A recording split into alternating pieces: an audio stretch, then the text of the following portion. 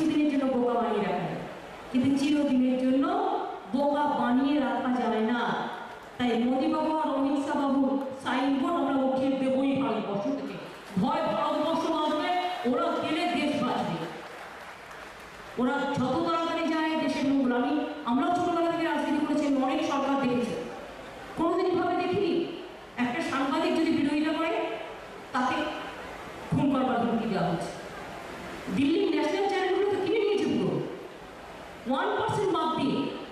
Bangla channel তবু টুকটাক বলে, এটা দিল্লির ন্যাশনাল চ্যানেলগুলো দেখতেই পাবেন না, খুলতেই পারবেন না। একটাকে কত কোটি কোটি টাকা দিয়ে কিনে নিচ্ছে ঠিক নাই। সত্যটাকে মিথ্যে, মিথ্যেটাকে সত্য বলছে। দেশ বাঁচলে আমরা সবাই বাঁচবো, মানুষ বাঁচলে আমরা সবাই বাঁচবো, ঐক্য বাঁচলে ভারতবর্ষ বাঁচবে। স্বামী বিবেকানন্দ বলতেন, স্ট্রেংথ ইজ অফ মেডিসিন। মনে রাখবেন, unity is strength and divide is fall. কিন্তু কখনো দেখেছেন কোনো দেশের প্রধানমন্ত্রীকে লোকেরা তো ভয় পায়?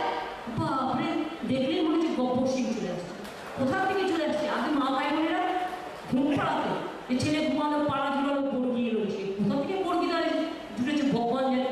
বর্গিদার, জোরদার, জমিদার, জমিদাররাও এরকম ছিল।